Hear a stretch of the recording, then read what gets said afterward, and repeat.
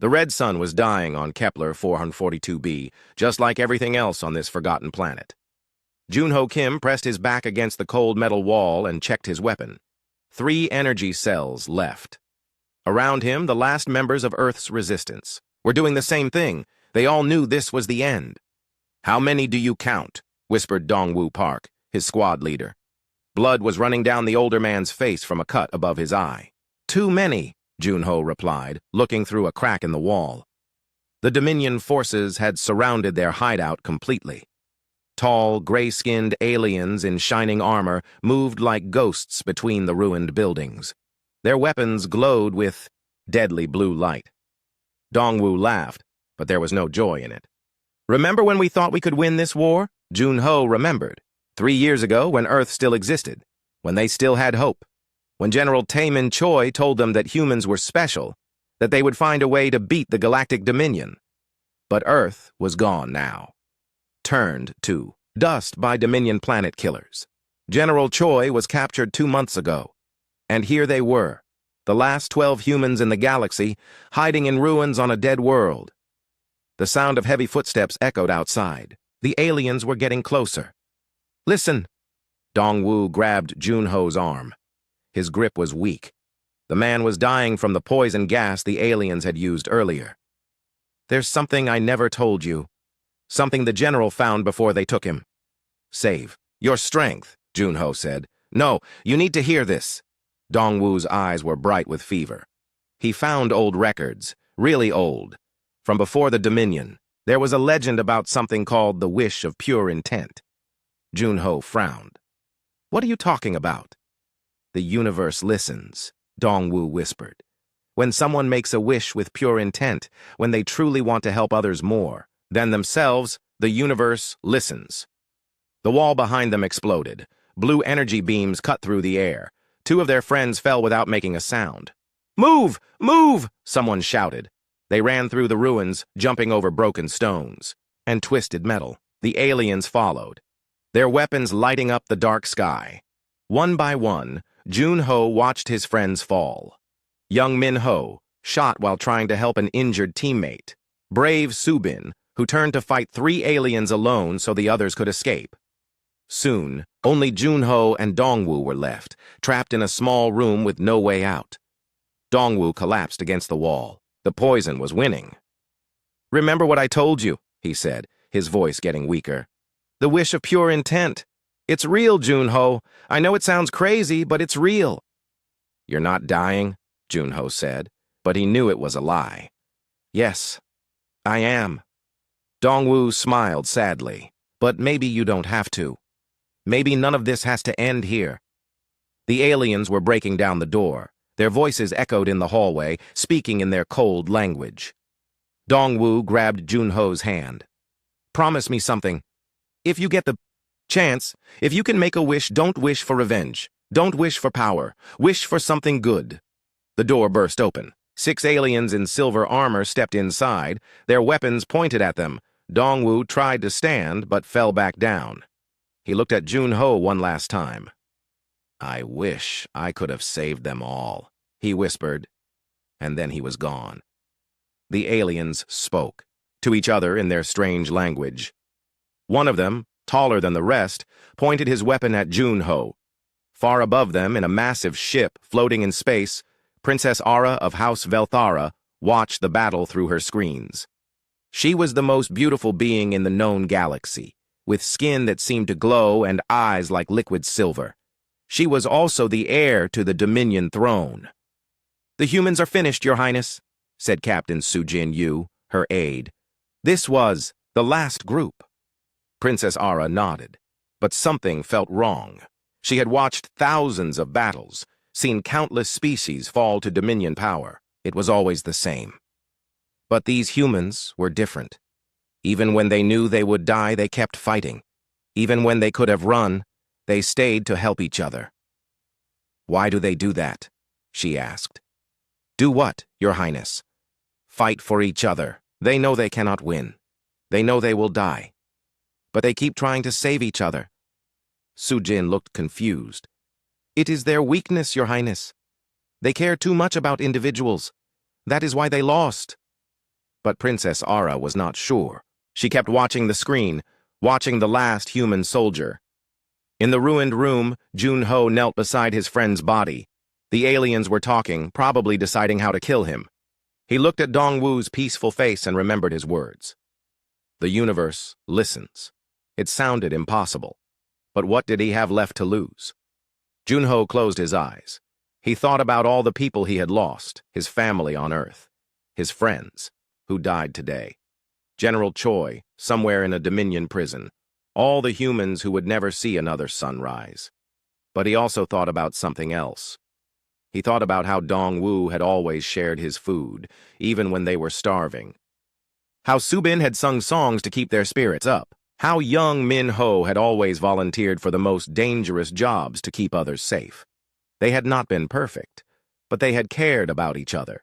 They had tried to protect what mattered. "I wish," Jun-ho whispered, so quietly that even he could barely hear it. "I wish for the power to protect what truly matters, even if it costs me everything." For a moment, nothing happened. The aliens kept talking. The red sun kept dying outside. Then something changed. The air around Jun-ho began to shimmer.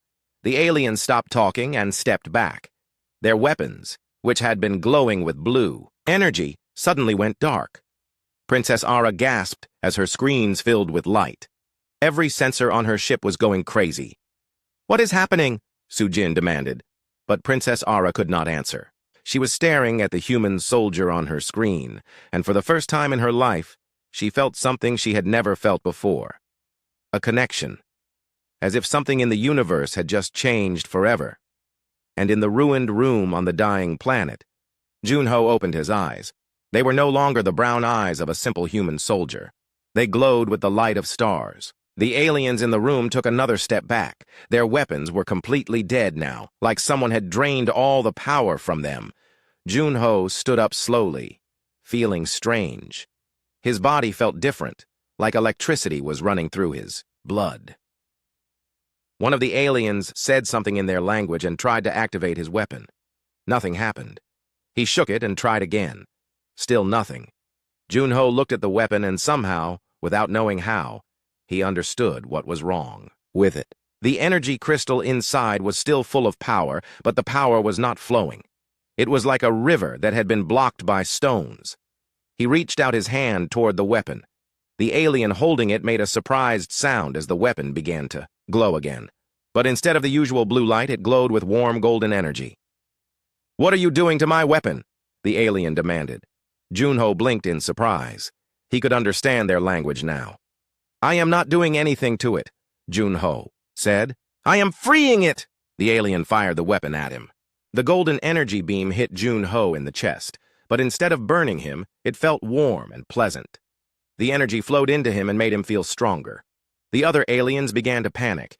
They tried to call for help on their communication devices, but those were not working either. Jun-ho realized that all their technology was connected to the same source, and that source was responding to him now. "You are human," one of the aliens said, fear in his voice. "Humans do not have power over the flow." "The flow?" Jun-ho asked. "The energy that powers everything. The force that makes our ships fly and our weapons work. Only the royal families of the Dominion can touch the flow, and even they must use machines to control it." Jun-ho walked toward the aliens. They backed away from him. "But I am not controlling it," he said. "I am asking it to be free." He touched each of their weapons. One by one, they began to glow with golden light. But when the aliens tried to use them, the weapons would not fire at Jun-ho. They seemed to refuse. "This is impossible." One alien whispered. "Your Highness," Captain Sujin said on the ship above, "we are receiving strange reports from the surface. The strike team says their weapons are not working properly." Princess Ara was still staring at her screens. The light around. The human soldier was getting brighter, but more than that. She was feeling things she had never felt before.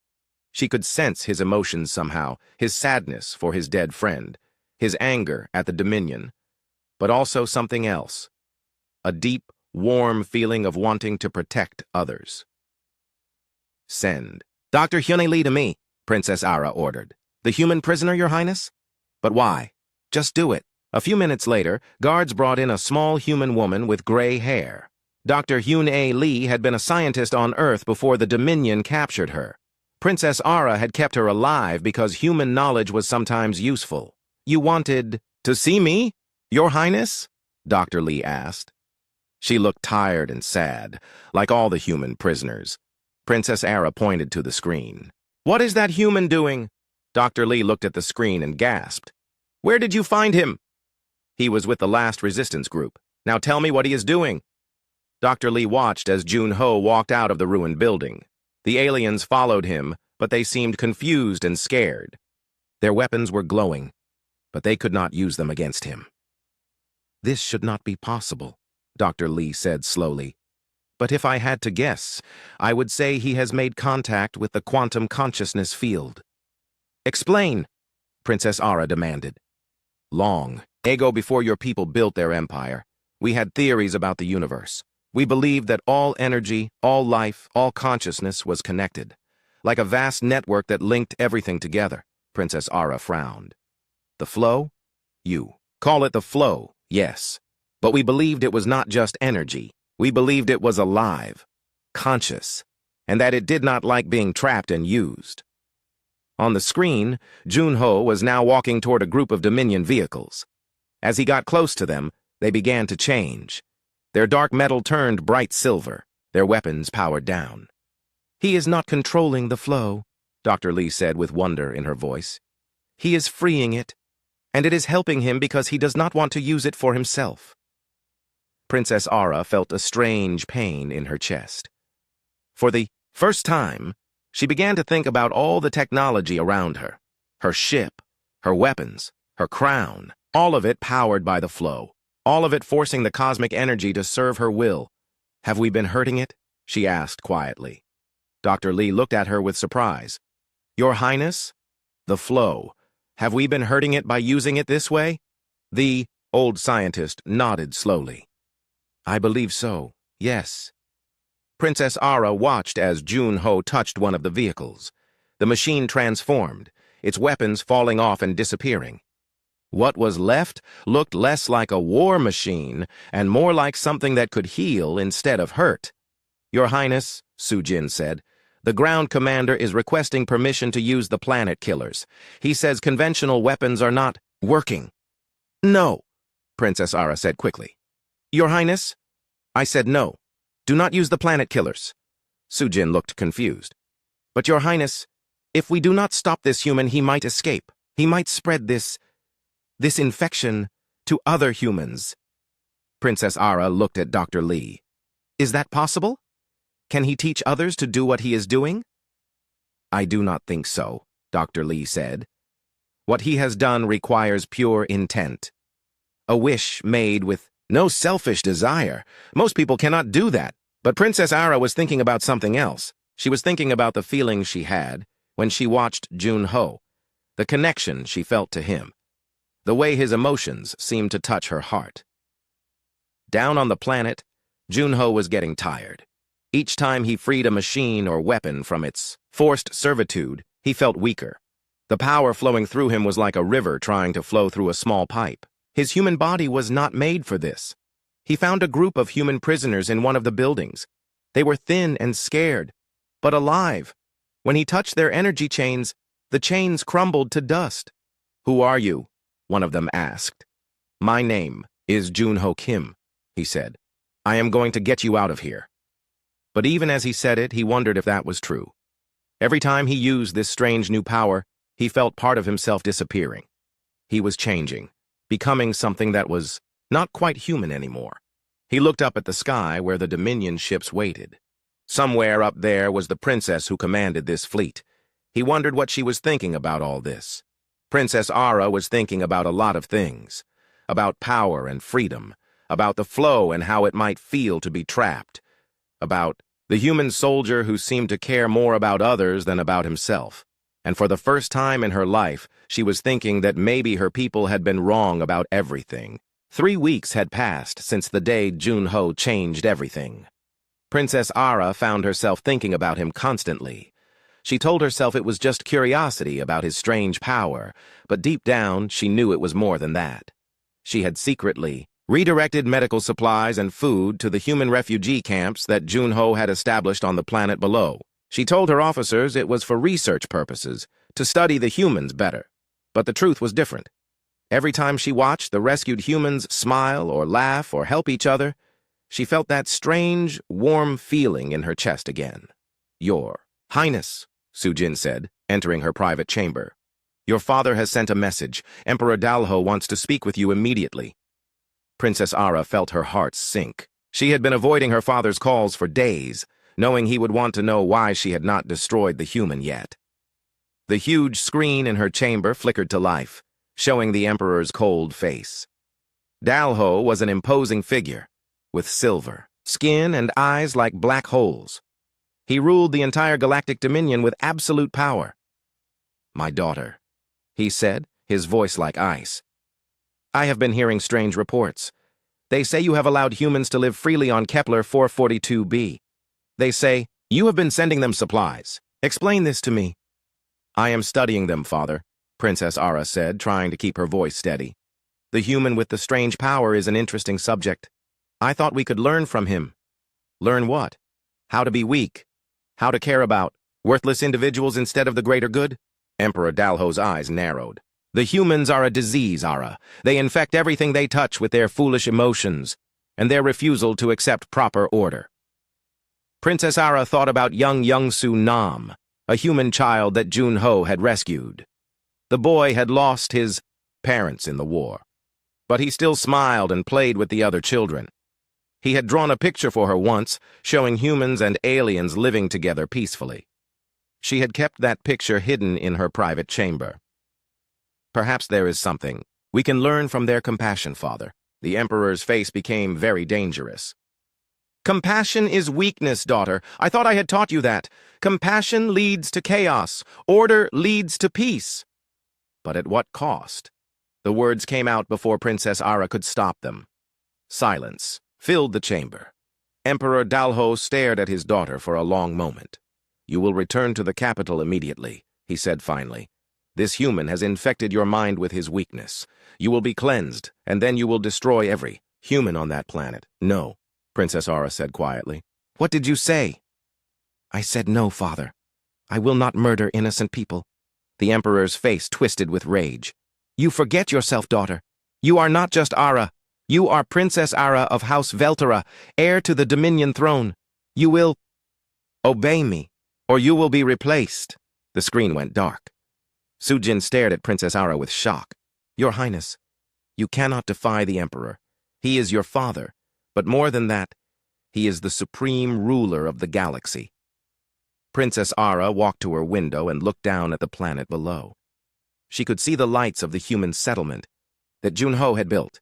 It was small and simple, but it was filled with life and hope. "Sujin, do you know how our technology works?"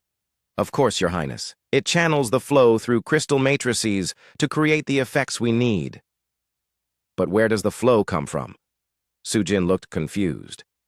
"It just exists, Your Highness. It is the fundamental force of the universe." "Dr. Lee thinks it is alive," Princess Ara said. "She thinks we have been enslaving a living cosmic consciousness for thousands of years." "That is impossible, Your Highness. The flow is just energy." "Is it?" Princess Ara touched the control panel near the window. She had never really thought about it before, but now she could sense something. A faint feeling like sadness or pain coming from the machine. Down on the planet, Junho was getting weaker every day. His power over the flow was growing stronger, but his human body was paying the price. His hair was turning white, and lines were appearing on his face. Dr. Hyune Lee, who had been released from prison and now served as a healer in the human settlement, checked on him daily. "You need to rest more," she told him. "Your body is not meant to channel this much cosmic energy." "I cannot rest," Junho said. "There are more people to save. The Dominion has prison camps all over the galaxy, millions of beings from hundreds of species, all suffering under their rule. You cannot save everyone if you kill yourself trying." Junho smiled sadly. "Maybe not, but I can try." That night, Princess Ara made a decision that would change everything. She took a small shuttle and flew down to the planet alone. She needed to meet this human who had turned her world upside down. She found him sitting by a lake, watching the stars. The other humans were sleeping, but he seemed to never rest anymore. "You should not be here," he said without turning around. "Your people will see this as betrayal." "How did you know it was me?" "I can sense you. Your connection to the flow is different from the others, stronger, but also more painful." Princess Ara sat down beside him, something she had never done with anyone before. Royal protocol demanded that everyone else kneel when she was present. "Dr. Lee says the flow is alive. Is that true?" Junho nodded. "It is not just alive. It is suffering. Every time your people force it to power a weapon or destroy a planet, it feels pain. It has been feeling pain for thousands of years." "Why does it help you then?" "Because I do not force it.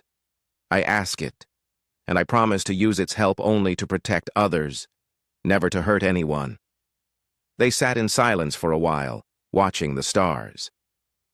"I have been sending supplies to your people, Princess," Ara said finally. "I know. Thank you." "Why are you not angry with me? My people destroyed your world, killed your friends. I could have stopped it, but I did not." Junho looked at her for the first time. Even weakened as he was, his eyes still glowed with that strange inner light.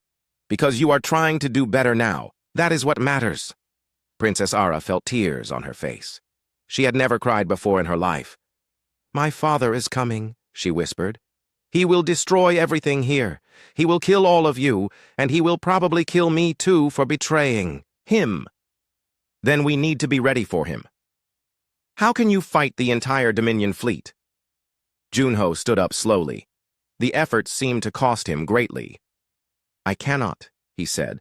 "But maybe we can find others who want to be free. Your father's empire is built on enslaving the flow and oppressing other species. But what if those species learned that freedom was possible?" Princess Ara stared at him. "You want to start a rebellion?" "No," Junho said. "I want to offer hope, and hope spreads faster than any weapon." Above them, the stars seemed to shine a little brighter, as if the universe itself was listening. Princess Ara's decision to help the humans had consequences she never expected. Within days of her secret meeting with Junho, word began to spread across the galaxy, not through official channels, but through whispers and hidden messages between the oppressed peoples of the Dominion. A human had touched the flow and freed it. An alien princess had chosen compassion over power. For the first time in centuries, rebellion seemed possible. The first to respond was Commander Wu Jin Kang, a Dominion officer from a species called the Zelani. His people had been conquered 300 years ago, and he had served the Empire, faithfully ever since. But when he heard about what was happening on Kepler 442b, something stirred in his heart. He arrived with his ship and a crew of 50 soldiers. Princess Ara met him at the landing site, no longer wearing her royal robes but simple clothes like the human refugees. "Your Highness," Wu Jin said, kneeling before her, "I have come to serve the true cause." "Stand up," Princess Ara said gently. "We do not kneel here. We are all equal in this fight." Wu Jin looked confused, but he stood. Behind him, his soldiers were staring at the human settlement with wonder. They had expected to find a military camp, but instead they saw children playing, families sharing meals, and people of different species working together. Junho approached the group slowly.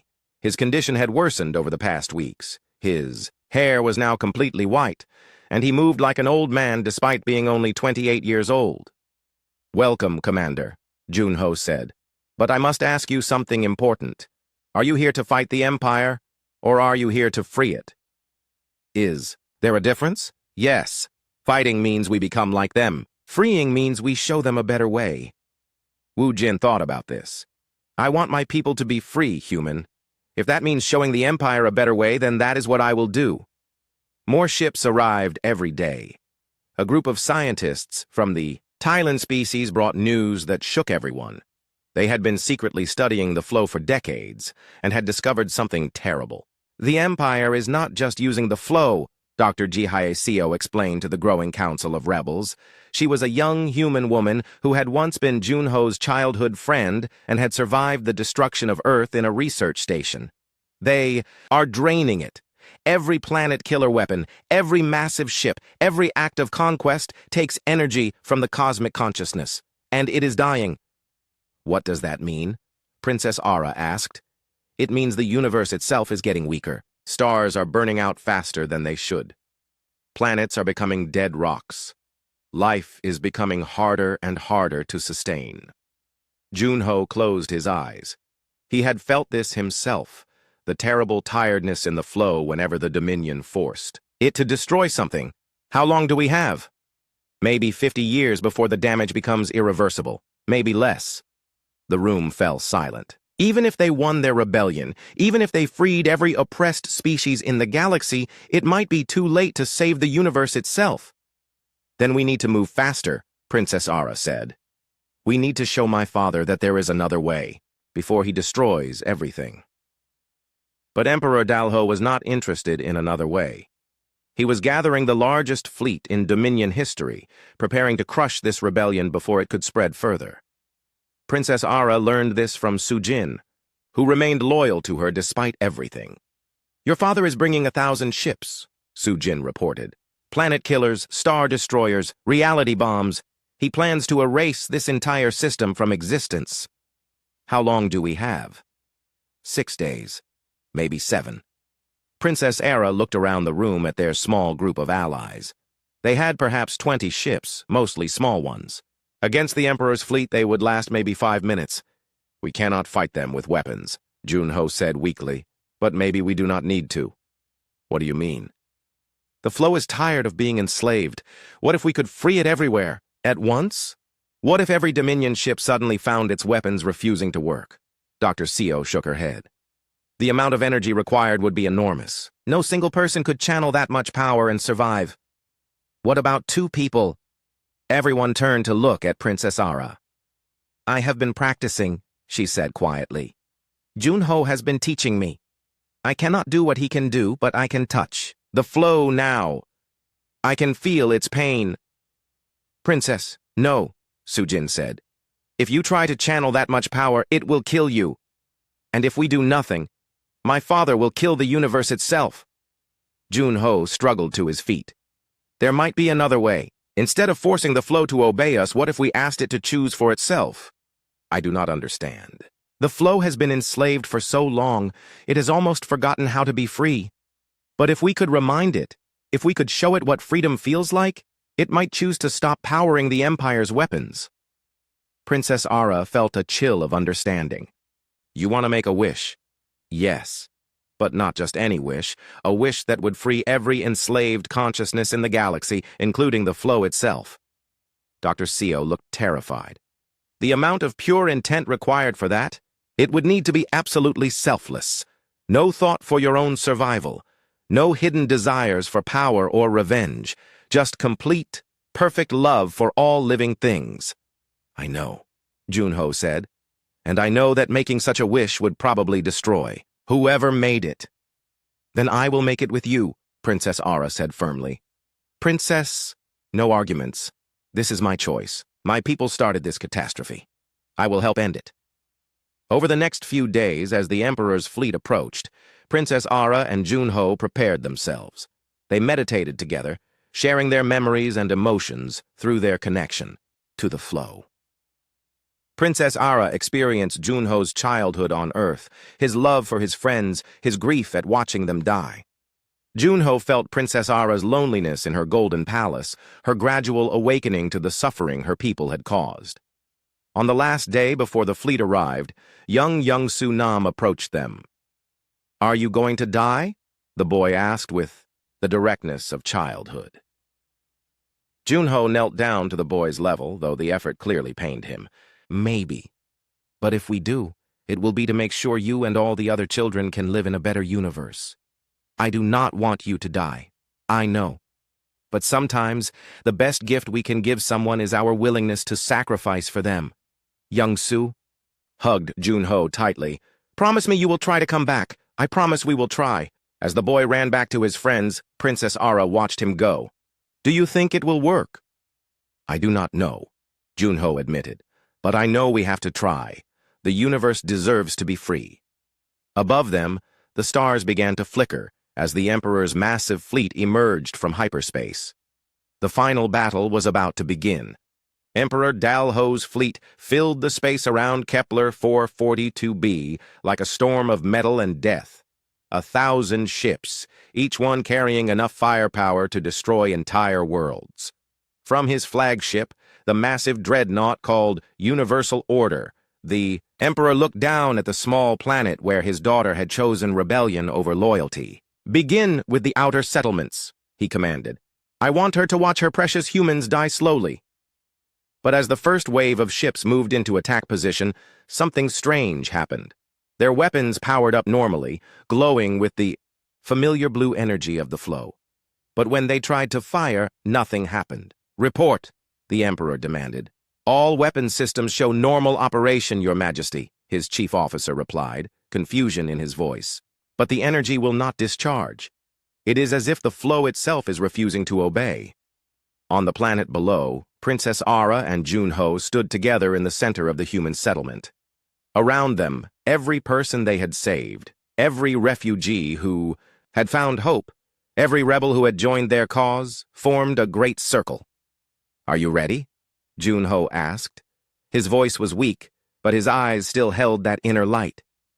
Princess Ara nodded. She could feel the flow all around them, vast and ancient and tired.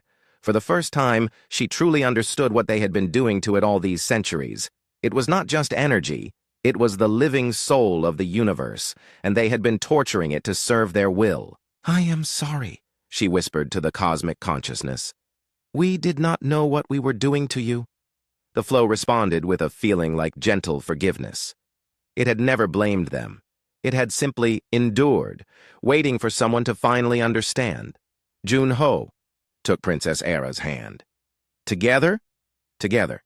They closed their eyes and reached out with their minds, touching the vast network of energy that connected all things.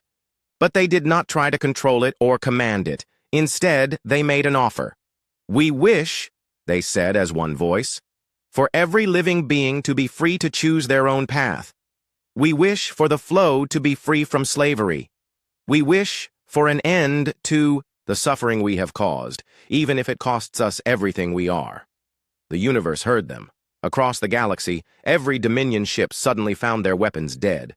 But more than that, the enslaved species on 10,000 worlds felt something they had not felt in centuries: hope.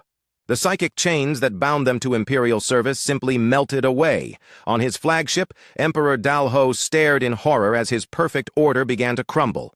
"This is impossible," he raged. "The flow obeys the strong. It serves those with the will to command it," but his words fell on empty air.